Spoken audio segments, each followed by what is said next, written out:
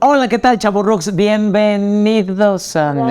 Güey, intenté hacer algo. El rollo de papel va todavía como más arriba, está como más... Sé, me faltó a Juanita. Sí, es que los que no nos están viendo, Marian se intentó hacer un fleco noventero porque estamos iniciando la segunda temporada de Chavorrucks ahora en los 90s. Marian, bienvenida. Y te crees mucho por nueva introducción, nueva música, nuevo escenario, ¿o cómo? Ya cambiamos de locación, así que sean ustedes bienvenidos a esta nueva edición de Chavorrucks de los 90s, nuestra segunda temporada. Y podemos decirles... ¡Comenzamos!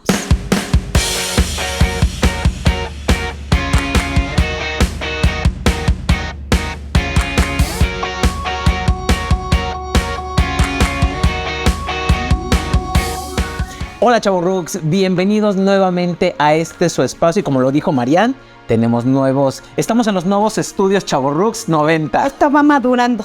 Exactamente. Marian, ¿cómo estás? Qué gusto volverte a encontrar en esta nueva temporada. Me siento más juvenil. Ya no vamos a hacer Chavorrucks, vamos a hacer Juvenorrucks. Juvenorrucks. Juve. ¿Tú qué eres? Yo soy Juve. Y no le que hace chaca chaca. Qué buenos comerciales en Chaca Chaca.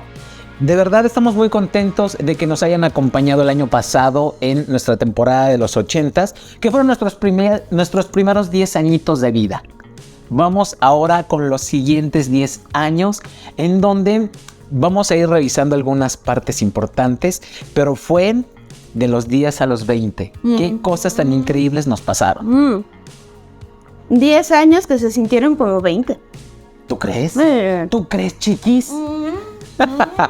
Es que platicábamos el otro día que en nuestro caso y de todos nuestros contemporáneos que nacieron entre el 79 y el 80 y el 81 más o menos, fue muy interesante porque de los primeros 2 o 3 años de los 90s, primaria, terminamos primaria, luego 3 años de secundaria, luego los 3 años de preparatoria y 1 o 2 años de universidad. Y ahora díganme si no se sintieron como 20 años, o sea...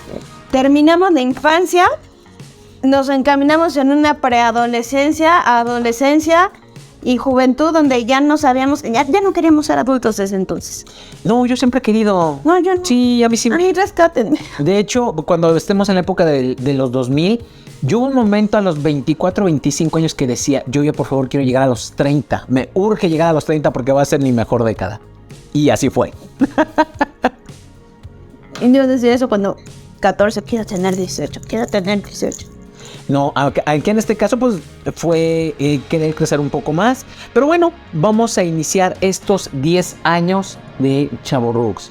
Va a ser muy interesante porque creo que fue una época de muchísimos cambios. Muchísimos cambios políticos, tecnológicos, de entretenimiento, de varias situaciones que vamos a estar revisando en este primer episodio del contexto de los 90s. Sin error equivocarme, con temor al bullying. Yo creo la década de la historia mundial más movida. Sí, fue como muy acelerada, muchísimos cambios. Sobre todo eso, cambios.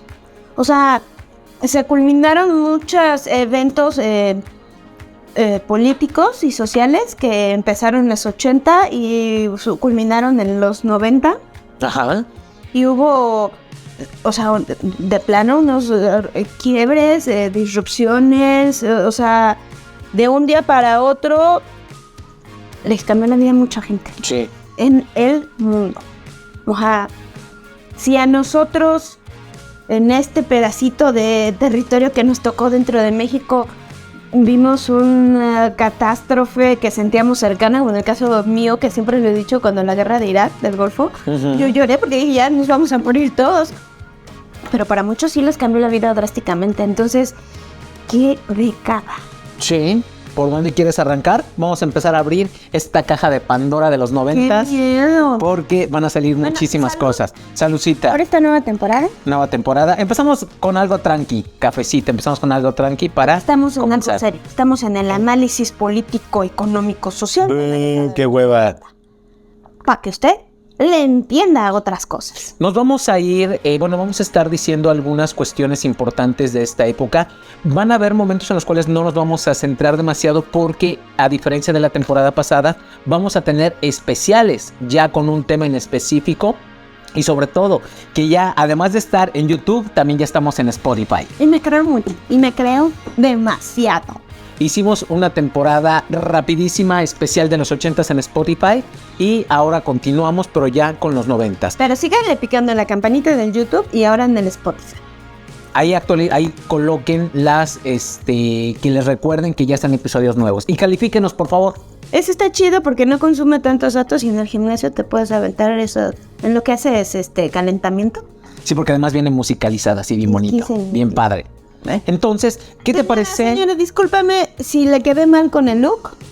O sea, le juro que sin saber hacerlo, ya no se come. Sí, no, ya. O sea, intenté hacerlo con la plancha, no fue así el cepillo, la secadora y el Aquanet y no sé poco. Ya no se pudo.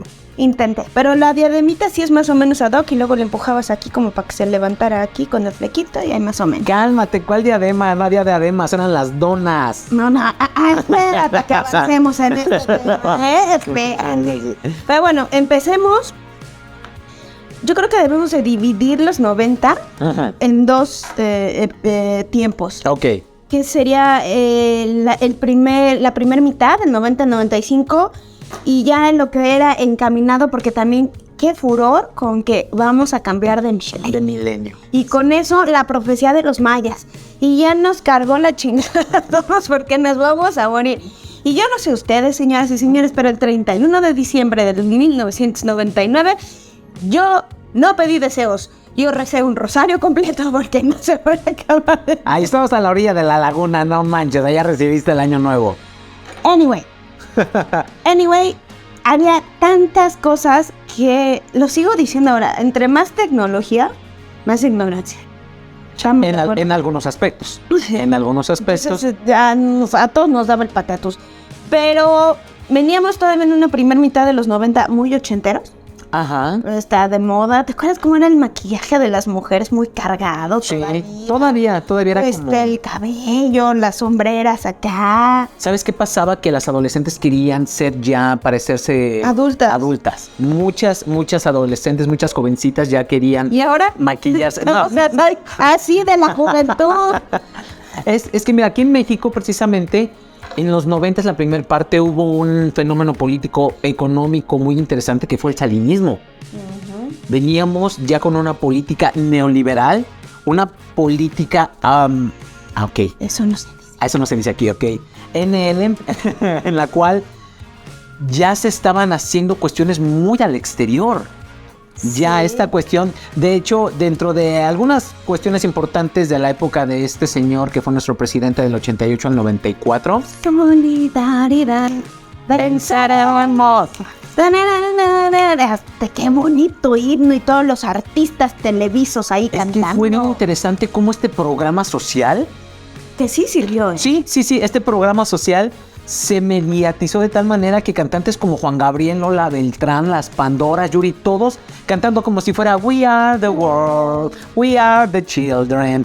Para este programa social y se llamaba precisamente Solidaridad, venceremos. Que ya lo habíamos comentado en el episodio de los 80, veníamos de unos 80 bien madreados, no golpeados, madreados económicamente. Y llega este candidato que también fue... después ya se dieron muchos, ¿no? Así ya como que la cereza en el pastel fue Peña Nieto. Pero fue un candidato a la presidencia de la República como no había habido, en términos de que era preparado. O sea, tenía hasta su doctorado, su maestría, había salido al extranjero a hacer sus posgrados, era algo de finanzas o no, o sea, por primera vez alguien que sabía de lo que era el tema administración pública en el dinero, Ajá. iba a gobernar. Y entonces Sí. todo el mundo dijimos, este sí va a saber.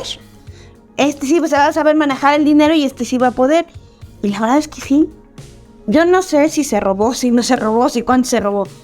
Pero no me puede negar nadie que vivimos esa época que Sí, entiendo que fue un contexto también internacional porque estábamos empezando esa apertura de la globalización, ahora sí ya más abierto. Pero fue una época de bonanza para México brutal. Y el tema de solidaridad no es otra cosa que ahora ya se hace más en forma, que era que la sociedad a través de un grupo de ciudadanos organizados fueran los supervisores de las obras públicas que se llevaban a cabo. Por ejemplo, nosotros en la secundaria, la sociedad de padres de familia y unos más eran los encargados de manejar, según yo, el dinero o no sé si eran recursos para hacer obra en la escuela. Previo a una visita de gobierno decían, en esta secundaria, ¿qué necesita? No que la barda, no que los baños, no que los tinacos, que los muebles de los sanitarios, Ok, de 15 les vamos a dar 5.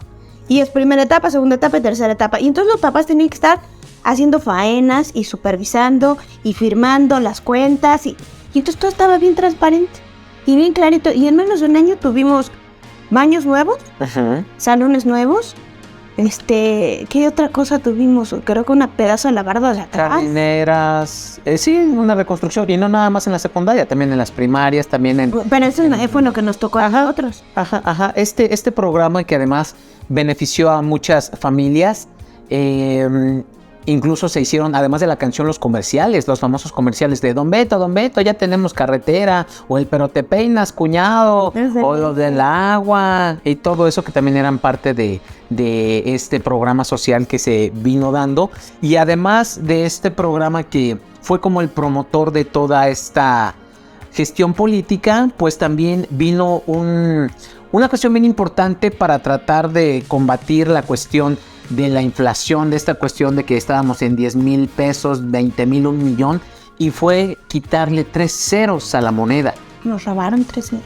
Quitarle 3 ceros, y esto se le llamó la campaña del nuevo peso. El nuevo peso que entró en vigor el 1 de enero de 1993. Híjole, doña Margarita, no le entiendo. Muy fácil, comadre. Le tiene que quitar 3 ceros. Por ejemplo, 1,000 pesos. 1, 2, 3.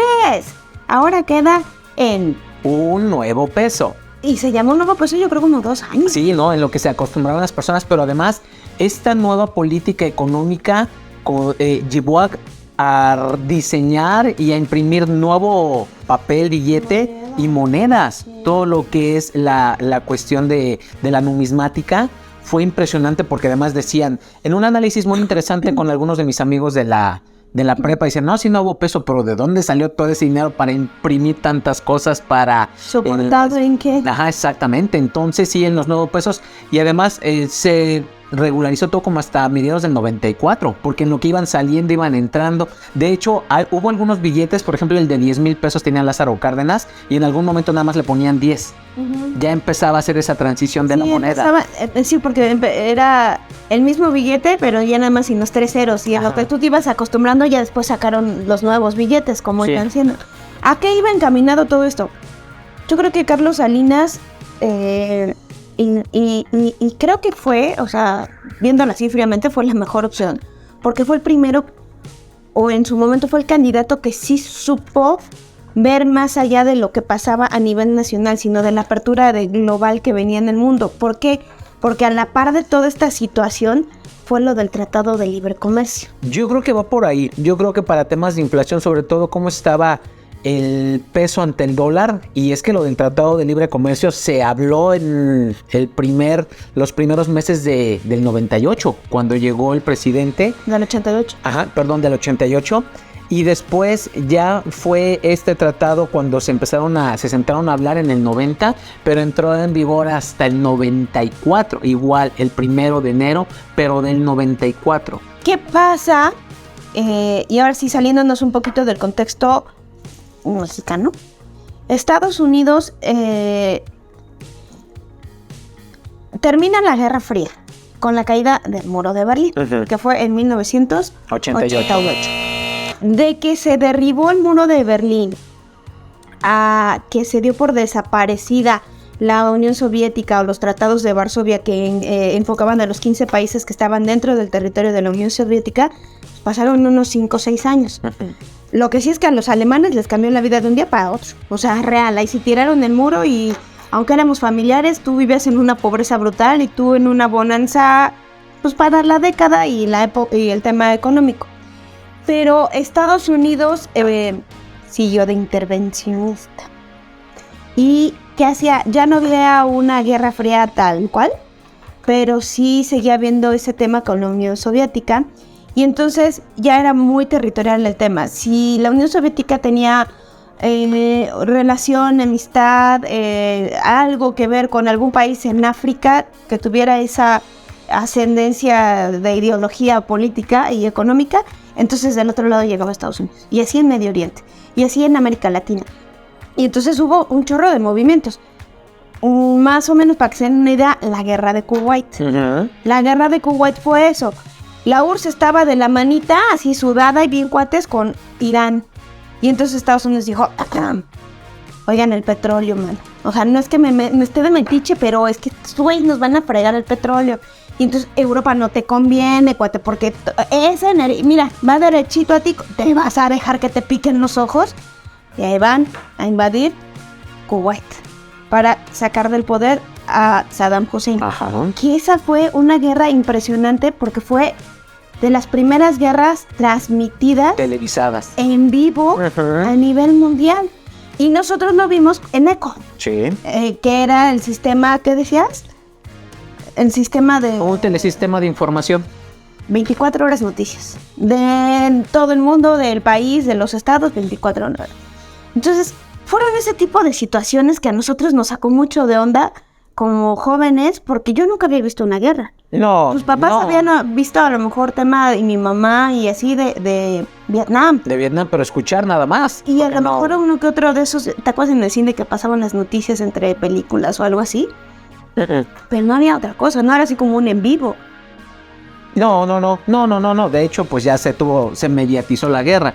Esto con fines de generar compasión, de decir, mira, ellos son los buenos, ellos son los malos. O sea, toda una historia que poco a poco se fue inventando y bueno, muchos de nosotros lo tuvimos, no lo compramos. Pues abrimos la década con esa guerra. Con esa guerra. 1990. O sea, se cayó el muro de Berlín, se acabó la Unión Soviética. Seguía ese desmadre. Y tuvimos un chorro de broncas. A raíz de eso, de la guerra del Medio Oriente, en 1996 se instaura el régimen talibán. O sea, desde 1996. Pobres mujeres en Afganistán. Realmente eso polarizó bien cañón la sociedad y se ¿cómo se dice? Reencarnizó. O sea, que se hizo como muy... Encarnizado, o sea, ¿no? Ajá, en tema, porque pues antes has visto fotografías de Irán y de Irak, pues era como muy capitalista la onda y de repente estas madres que les pones, La burka. eso, o sea, no, pero bueno, tuvimos muchos temas bélicos a Sí. nivel mundial, Sí. tuvimos, Y nosotros fuimos también parte de eso. abrimos la década con la guerra del Golfo y cerramos con la guerra de Kosovo o Sarajevo. A mediados estuvimos en la guerra de Yugoslavia, de Bosnia-Herzegovina, que fue un genocidio brutal. Que fueron estos los nuevos 15 países que nacieron de la disolución de la URSS y se estaban agarrando del moco entre ellos. Y también nos tocó verlo en la tele casi Sí. en vivo. Y empezaban también el manejo de la información. Ah, claro. ¿Qué tanto nos Sí, daban a conocer? claro, por ¿Qué supuesto. tanto? Aquí viene el efecto de la cámara. En el momento yo te estoy presentando un montón de cosas y Guerra y atrás están echándose unas papitas, están comiendo porque dicen, no estoy enfocando esto porque estoy creando una historia. Porque empezaba entonces también el manejo de los medios de Ajá. comunicación, el control de los medios de comunicación, y nace el coco de las generaciones, o el tumbaburros, la salvación, pues todo depende, ¿no? El internet. Ok, pero espérame. Todavía no, ya estás en el 95. Bueno, estoy como tomando todo. Al final de cuentas, todo esto que tuvo un tema de multiculturalismo. Ujú. Y ya dejamos de lo que dijimos en los 80, de ser como muy regionales, y empezamos ya a adoptar muchas cosas pues, de Estados Unidos y otros países. Es que empieza el tema de la globalización, empieza un tema muy interesante, pero me regreso que en esta época del salinismo, a la par que entra en vigor el Tratado de Libre Comercio el 1 de enero de 1994, se desata la guerrilla en Chiapas, denominada la guerrilla del EZLN, del Ejército Zapatista de Liberación Nacional, comandada o dirigida por el subcomandante Marcos Rafael Sebastián Guillén, que era esta cuestión en la cual las personas mayas, la etnia maya, se rebeló porque estaban en contra de este gobierno neoliberal capitalista. Ellos hablaban sobre el zapatismo, el marxismo y el socialismo libertario. Eso no existe. Toda esa cuestión, pero bueno, fueron dados a eso. Entonces esta guerrilla se empezó a hacer más grande, que inició el 1 de enero del 94 y se vio culminada hasta el 2006. Todos estos movimientos, incluyendo el de Chiapas, el de Tierras Blancas también, que hubo también en los 90 en México, que fue primero y después fue creo, algo así.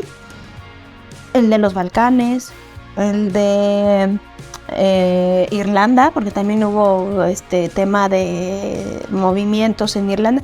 La mayoría era por temas ideologías políticas, ideologías religiosas. Sí. Porque el tema también del EZLN, pues estuvo bien influenciado por un sacerdote que no era católico, que era, o sea, porque en Chiapas todas estas etnias tienen una influencia religiosa, pero como de sectas. O sea, han tenido, o sea, no lo estoy criticando, pues nada más es un análisis. ¿Tú has ido a San Juan Chamula? No, en Chiapas, ¿no? Ajá. No. Está cañón. Una iglesia católica donde adentro se realizan sacrificios de animales. Wow. Donde adentro se realizan limpias dentro de círculos con hierbas y velas. Es un sincretismo impresionante cuando entras, porque ves gente hincada rezando y sí ves un Cristo, pero ves santos que no son tus santos, para quienes somos católicos. O sea, esa es la Virgen de Guadalupe, pero la ves como morenita, pero vestida de otra forma. O sea, es una mezcla que ellos mismos sacan como sus ideologías, sus creencias, y pues obviamente van a chocar con un mundo donde a fuerzas les quiere imponer muchas cosas. Es por eso yo creo que el tema de Chiapas sigue siendo así como el callo del pie.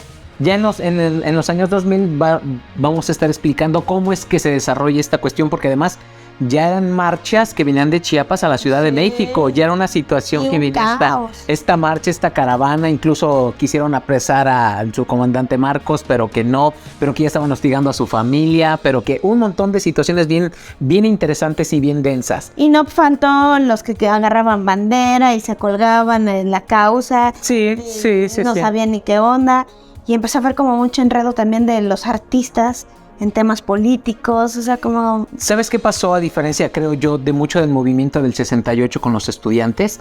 Que ellos estaban informados porque iban a las marchas, a los panfletos, todo eso, y en esta cuestión ya era muy mediatizado. Ya lo que decía Televisa, lo que decía TV Azteca, lo que decía... O sea, ya empezaba más que una cuestión de, ahora sí, de abanderamiento real. Ya era, pues yo he visto en las noticias y por eso me caen bien mal. Y por eso esto, o sea, ya se convirtió en una cuestión de chisme. Se empezó a polarizar. Sí, ya se convirtió, todo ya se convirtió en chisme, porque además fue una época donde el chisme en muchísimos aspectos, ¡pum!, tronó. Sí, explotó. Político, entretenimiento, en cuestiones económicas, todo explotó. En la temporada de los 80s platicábamos mucho y decíamos, es que cuando fue lo del Tratado de Libre Comercio, y es que antes no había, y es que antes quién sabe qué fue lo que hizo este tratado que abrió fronteras para que se pudiera comercializar entre Estados Unidos, México y Canadá con menos índices arancelarios. O en su caso había productos de primera necesidad que no tenían índices arancelarios, que eso a México le beneficiaba mucho. Todo lo de agricultura se exportaba sin bronca. Pero hubo temas porque era más fácil que entraran productos de Canadá y de México que de México entraran a Estados Unidos. Ese fue un problema en que, de hecho, eso hizo que se revisara este tratado del libre comercio. Bueno, a ver, hasta el tema del transporte. Los gringos son cuadrados y lo que les sigue. Y está bien, pues tú como mexicano te vas a vivir allá, te vas de mojado y lo acatas, ¿eh? Sí. Güey, no dejaban entrar trailers porque no tenían o la verificación o la hoja de chequeo del taller de hace 3 semanas. O sea, muy cerrado, la licencia vigente de los choferes, no habían presentado su examen en Estados Unidos. ¿Ya se quieren que los dejaran pasar? Pues no. Muchas situaciones. Algo que hizo este tratado trilateral de libre comercio fue que muchos productos que decíamos en los 80s, para que llegaran aquí los Snickers, los Milky Way, los M&M's, todos esos productos porque estaban en las grandes cadenas y estaban carísimos. De hecho, aquí en Valle teníamos una tienda de deportes que tenía su mesita con sus dulces norteamericanos. La tienda se llamaba Arcoiris. Entonces, ahí tenían cada quincena mi mamá decía, vamos por un dulce. O sea, cuando le pagaban a mi mamá y nos compraba o un Snickers, a ella le encantaban los Pix. ¿Que estás de acuerdo que ya tampoco saben igual? No, ya no, pues no. O sea, ahí sí se caen de dulce y de artificial el sabor. Entonces, ya era más común que encontraras en las tiendas de conveniencia las palomitas, que encontraras ya los M&M's. Las de microondas, porque estaban los microondas. Sí. Y era más fácil. Las papas Pringles. Las Pringles. Que saben horribles, pero eran muy buenas en ese entonces. Eran muy buenas. No saben tanto harina. Sí, porque ya ahora es harina de papa, ¿no? Una cosa así. Entonces, es bien interesante cómo el Tratado de Libre Comercio sí abre esta cuestión de los productos. Obviamente sí también se exporta en Canadá, Estados Unidos. Bueno, güey. Lo que antes veíamos en la tele, o sea, si tenías mucho varo, tenías una antena parabólica. Ya llegó el sistema por cable. Exacto. Y entonces ya teníamos programas de Estados Unidos en español, pero en sistema de cable o MTV. O MTV. Vamos a... es una revolución mundial lo que hizo MTV en los 90. Sí, definitivamente. Aunque aquí nos llegó, yo estoy así visualizando, aquí a Valle no llegó hasta el 96, 97. Yo le echaba 95, pero sí, o sea. Sí, y a mí me tocó verlo en Toluca cuando termino la secundaria y me voy a estudiar la preparatoria a Toluca y ahí mis primos, mis tíos sí tienen este sistema de cable. Poco a poco fue llegando aquí porque de tener 5 canales, de repente la oferta ya era de 42 canales. Imagínense nada más, de repente seas bueno, ¿y qué voy a ver o qué es lo que voy a hacer? Empezaban lo que era Univisión. Empezaban muchos programas. Sí. Y había un cuate que tenía como siempre en domingo, pero de Tex-Mex. Decía, al show de John, Wey, take it easy. El show de Johnny Canaves, ya take it away. Y ahí conocimos a Selena. Vamos, todavía corre para entrar al entretenimiento. En el año del 94 ocurre un acontecimiento que conmocionó a todo el país. El asesinato del candidato Luis Donaldo Colosio. ¿Sabes qué? Que me quedé pensando y tiene que ver. O sea, el tema mediático se hicieron millonarios con todo lo que era manejo de televisoras y eso. O sea, tú conociste a una Selena que se hizo mundialmente famosa por el tema del sistema de cable. Y todos vimos en vivo el tema del asesinato de Colosio. O sea, yo me acuerdo Talina Fernández metida en la sala de emergencias tratando de hablar con Diana Laura para ver cómo estaba Luis Donaldo Colosio. O sea, qué impresión el boom de los medios de comunicación. Sí, impresionante. Y te repetían. Digo, no fue en ese momento en vivo, sino que se grabó el video, se ve cómo le disparan en la cabeza a Luis Donaldo. Horrible. Esa imagen la repetían y de repente nos fuimos porque esto fue como a las me sigue poniendo la piel 5 o 6 de la tarde que pasó esto y lo estaban transmitiendo y luego se volcó toda la televisión. Clases. La televisión nacional. Se paró el país. No, sí fuimos al otro día. Sí fuimos al otro día a clase. Día yo me acuerdo que sí salimos temprano, una cosa así. Es que fue como a las 5 de la tarde, porque era en Tijuana, Lomas Taurina. Ya fue por la tardecita, porque de hecho ya estaba con mi prima que tenía muy poquito tiempo de haber nacido y estaba jugando con ella. Y sale, no, tú marcaste, tú dijiste, ya viste la televisión, lo que está pasando. Tú nos marcaste y ya le prendimos la televisión y fue que estuvimos viendo eso. Impresionante. Sí, esa cuestión. Y todavía nos fuimos a dormir con la noticia de que había pasado eso, y al otro día a las 5 de la mañana sale en la pantalla, antes de que iniciaran las transmisiones del noticiero, la esquela de lamentamos el fallecimiento de Luis Donaldo Colosio. Ahí también dicen que llegó muerto al hospital, Sí. pero no sabían cómo hacer el... Sí, o sea, no, ahí estaban ganando tiempo para ver qué es lo que se iba a hacer, porque no se podía soltar la noticia tan fuerte. Digo, obviamente ya se sabía, pero para el público, o sea, para todos los que veíamos. Quienes vivimos eso, ¿ustedes qué opinan? ¿Hubiera sido otro México con Colosio? Es un tema que no podremos responder.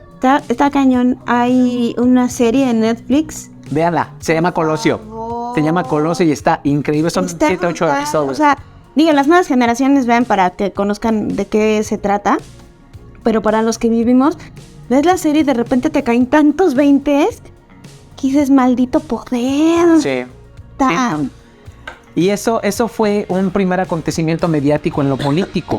Al año siguiente, y como dice Marian, fue que la cadena Univisión, y con este tratado ya se inserta este canal hispano de Estados Unidos, en donde pasaban películas, telenovelas, las repetían, todo esto. Este tipo de programas, el show de Johnny Canales. Johnny Canales, you gotta take it away. Entonces, ahí conocimos a una cantante Tex-Mex, tejana mexicana, llamada Selena, que en nuestra época de secundaria causó un furor, un revuelo. Fue impresionante cómo se generaba esta cuestión de su música, y en el año 95, en pleno despegue, porque además ya estaba por cantar en inglés, su manager la asesina. Recuerdo que mi abuelita no paraba de llorar y yo de burlarme de mi abuelita, pobrecita. Pero a mí en ese momento lo que me causaba shock y no lograba entender era de cómo alguien que acabas de conocer te puede generar esa emoción. Es empatía. Exacto. Es empatía. O sea, no quiero decir que no fui empática, fue un asesinato de una persona, mujer, artista, lo que sea. Una persona, le quitaron la vida. Pero fue una locura. Una locura aquí en el centro del país. En el sur, pues a lo mejor también. Pero en el norte, en la frontera, debió de haber sido algo brutal, porque Sí. fue donde ella pues, hizo su carrera. Sí. Entonces, y acaba de participar en una telenovela. Selena. Sí, Dos Mujeres Un Camino. Participó en esa telenovela. Sí, fue como darse a conocer. Además, todo lo que Güey, de conllevaba. repente destapas mi drenaje de memoria. Entonces viene este asesinato, y yo acababa de llegar de la secundaria. Yo veía el noticiero con Abraham Zabludovsky, el hijo de Jacobo, y él da la noticia a las 2:30 de la tarde, era más o menos esa cuestión, y muere Selena. Y cuando la veo así, yo sí quedé en shock. Veía a mis compañeritas de la secundaria que venían, y una de ellas le encantaba a Selena, o sea, le fascinaba, y que la vez le dije, mejor no le digo, mañana a ver qué onda. Cha, paso pasito. Es que Bidi, tiene bidi, muy bom, buenas bom. canciones. ¿Y por qué lo retomamos como contexto importante? Porque a la fecha sus canciones siguen sonando en las fiestas, y aunque no la hayas conocido, la bailas, y pues no sé, te causa cierta empatía y movimiento. Insisto, el tema, o sea, eso es multicultural. Una persona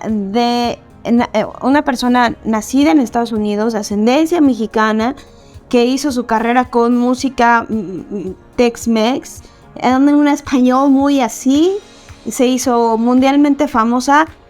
La matan al año de que, o sea, fue como un año del boom de su carrera, o 2 años, una cosa así. Y a la fecha todo el mundo le sigue rindiendo tributo y bla, bla, bla. El tema de los medios de comunicación se consolidó, hizo que los medios de comunicación escribieron la historia de este mundo en esa época. De hecho, hoy, 31 de marzo, se cumplen 95, 2005, 28 años de su fallecimiento. Hoy ella murió el 31 de marzo, así que también por eso lo sacamos ahorita que estamos ya con la nueva temporada. ¿Cuánto? 28 años.